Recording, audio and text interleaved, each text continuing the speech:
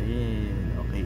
Hello po guys. So nandito na naman po yung ating YouTube channel ko. So ngayon pala guys ay magmumultiplication na naman ulit po tayo ngayon. So ayan po. Magti-teach na naman ulit po tayo ngayon. So ayan po. Hindi nyo ba nakikita yan guys? So ayan po. Sasagutin natin yan. So ito guys. Ang nakabasa naman. Ay wait lang.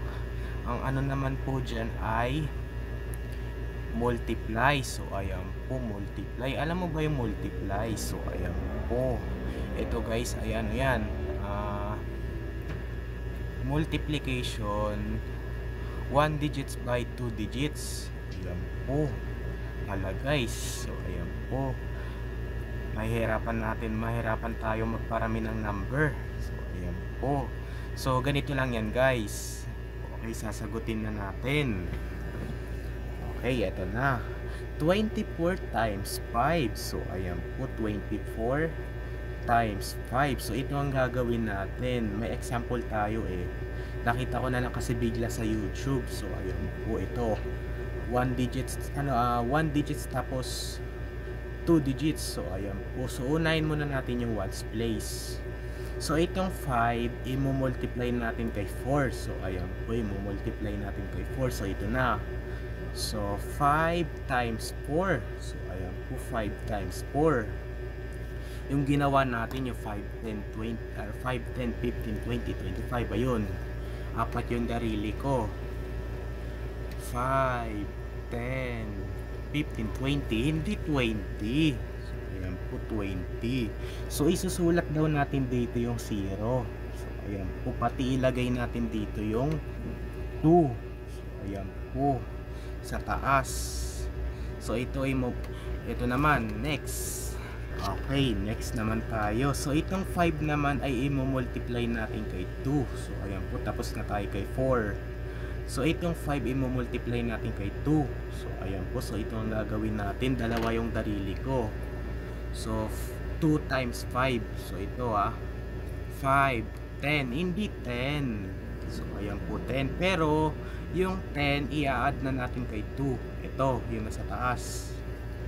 10, 11, 12. So ang sagot ay 12. So ayan po, 12. Isulat natin dito yung tens place na 2 tapos ones place. So ayan po. Ang sagot 120. So ayan po. So ito ang gagawin natin. 24 times 5. So ayan po, 24 times 5 equal 120. So ayan po, ganun ang multiply. Tapos ilalagay mo lang dito yung number. Ayan yung may example po. Next, kasi pang grade 4 yan eh. Next naman tayo. Next, 32 times 3. So ayan po, 32 times 3. So unahin naman natin ang ones place. So itong 3 i-multiply natin kay 2. So ayan po, i-multiply natin kay 2. So ito, so 3 times 2. So ayan po, 3 times 2. So hindi dalawang 3 yung mapaplas natin. 3, 4, 5, 6. Hindi 6. Hindi 6. So ayan po. So next, so itong 3 naman ay i-multiply natin kay 3. Dalawa sila, 3. So ito, so hindi tatlong 3. I-multiply natin.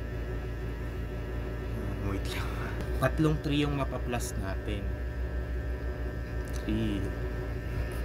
Tatlong 3. Okay, ito ang gagawin natin. Okay, unahin muna natin yung dalawang 3. So 3 plus 3. Hindi 6. So 6 plus 3. Hindi 9. So ayan po, 9. Ilalagay natin yung 9 sa tens place. Ayan, ang sagot 96. So ayan po, so ito ang gagawin natin. 32 times 3 equal 30. Ano ba yan? 96. Ulitin nga natin, nakakainis. Tayo, sinabi ko dito 36. 32 times 3 equal 96. So ayan po. So next, 26 times 4. So ayan po, 26 times 4. So ito, unahin ulit natin yung ones place. So itong 4 i-multiply natin kay 6. So ayan po yung 4 i-multiply natin kay 6. So hindi 4 na 6 yung mapa-plus natin. 4 na 6. Ay unahin muna natin yung dalawang 6. So 6 plus 6. So ayan po 6 plus 6. Ito ang gagawin natin. 7, 8, 9, 10, 11, 12. Hindi 12. So ayan po. Okay, ito pa. 12 plus 6. So ayan po 12 plus 6. Okay. 13, 14, 15, 16, 17, 18. Hindi 18. So 18 plus 6. So ayan po 18 plus 6. 19, 20, 21, 22, 23, 24. So ayan po ang sagot ay 24. Ayan po ilalagay natin dito yung 4 sa baba. So ayan po 24. Tapos ilalagay natin yung 2 sa taas. Parang carry lang eh. Carry lang to yata. Carry. Okay, ito na ang gagawin natin. 24, diba? So ito naman next. So itong 4 naman ay i-multiply natin kay 2. So ayan po. I-multiply natin tong 4 kay 2. Ito ang gagawin natin. So 4 times 2. So ayan po 4 times 2. Hindi 8. So ayan po 8. So yung 8 i-add na natin ng dalawa. 9, 10. Hindi 10. So ayan po 10. Ayan. 104. So ayan po. So ito na ang gagawin natin. 26 times 4. So ayan po. 26 times 4 equal 104. So ayan po. 104. Next, last na lang yung sasagutin natin. So ayan po. Last. Ito na. 34 times 6. So ayan po. 34 times 6. So ito na. So itong 6 i-multiply natin kay 4. So ayan po i-multiply natin kay 4. Hindi 24. So ayan po 24.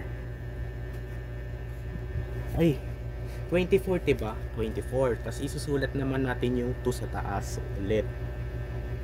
Ayan. So ayan po. So ito na yung gagawin natin. So next naman, diba 4 times 6 equal 24. Ilalagay natin yung 2 dito sa taas.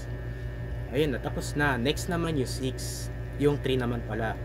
Yung 6 naman ay i-multiply natin kay 3. So ayan po.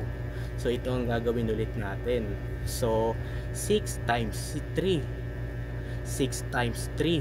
So ayan po 6 times 3. Ito ang gagawin natin kasi talaga. So hindi tatlo, tatlong 6 yung mapa-plus natin. So ayan po, unahin muna natin yung dalawang 6. 6 plus 6. So ayan po 6 plus 6. 7, 8, 9, 10, 11, 12. Hindi 12. So ayan po 12 plus 6. Okay, 12 plus 6. Hindi 18. So ayan po 18. 19, 20. So ayan po 20. Ang sagot ay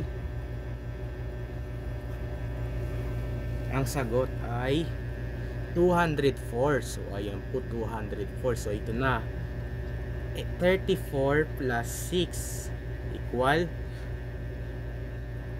ay mali, hindi pala plus to. Ano ba yan, nagkakamali na lang kasi tayo lagi. 34 times 6. So ayan po 34 times 6 equal 204. So ayan po 204. So ayan po. So ayan po guys. So dito na lang po tatapusin yung video vlog natin ngayon. So you like and share and subscribe mo ko guys para lagi kayo updated sa susunod kong video na in-upload. So meron pa talagang 2 digits by 2 digits sa multiplication. So ayan po, meron pa, tapos hundreds, tapos thousands. Mahirap talaga yun. Pang grade 5 na ulit. Actually, pero nga lang pang grade 4 pa rin eh. So ayan po, bye.